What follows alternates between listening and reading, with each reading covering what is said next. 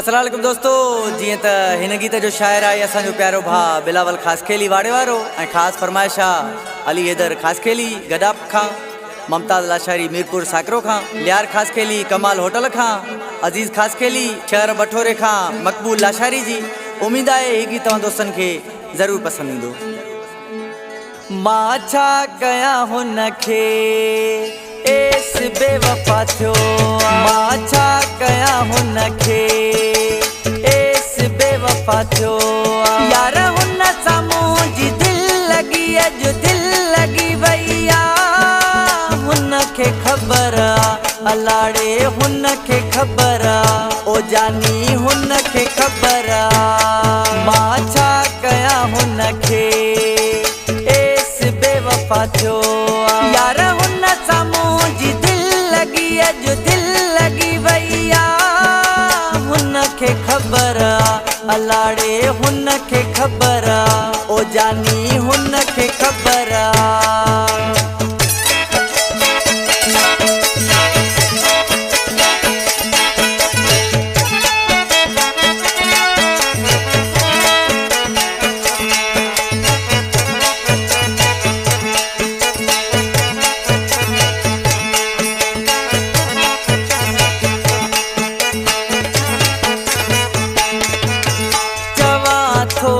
हुनखे त हाणे ज़िदत हू लहे, मुंहिंजी मिंथ खे मञे अची मूंसां हू ठहे।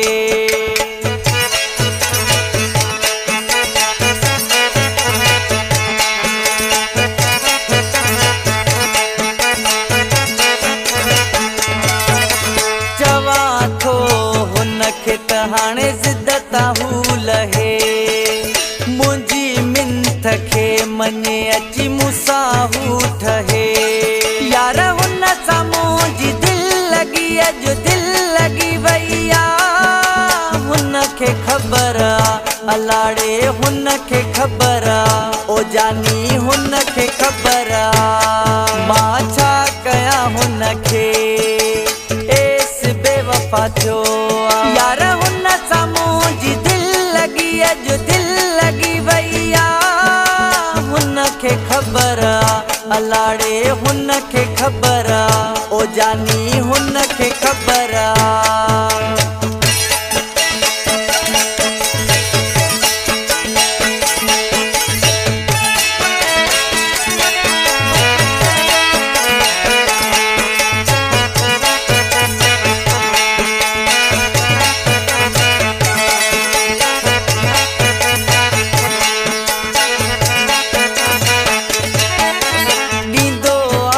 सूर मूंखे मञींदो नाहे हू, एस बेवफ़ाई करे मूंखां वरी ठहंदो नाहे तूं।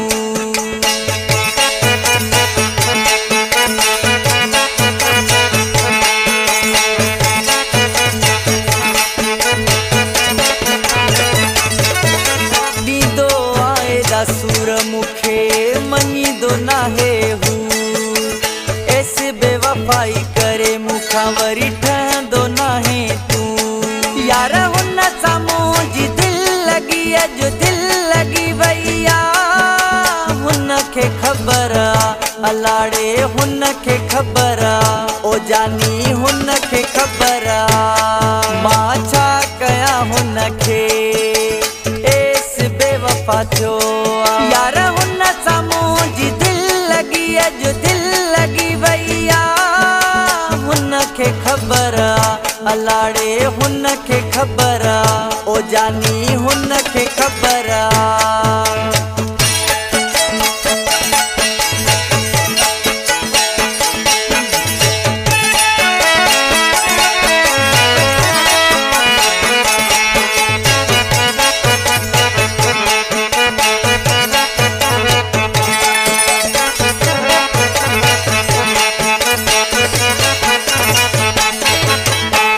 अदा दिलदार खास खेली शायर बिलावल खास खेरी वाड़े वालो चवे तो अचो तो बुधाऊं।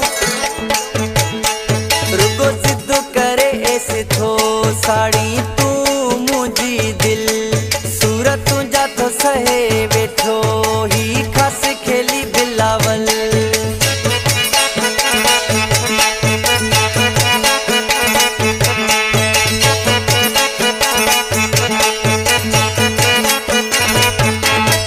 रुगो जिद करे ऐसे थो साड़ी तू मुझी दिल सूरत जा तो सहे बैठो ही खास खेली बिलावल।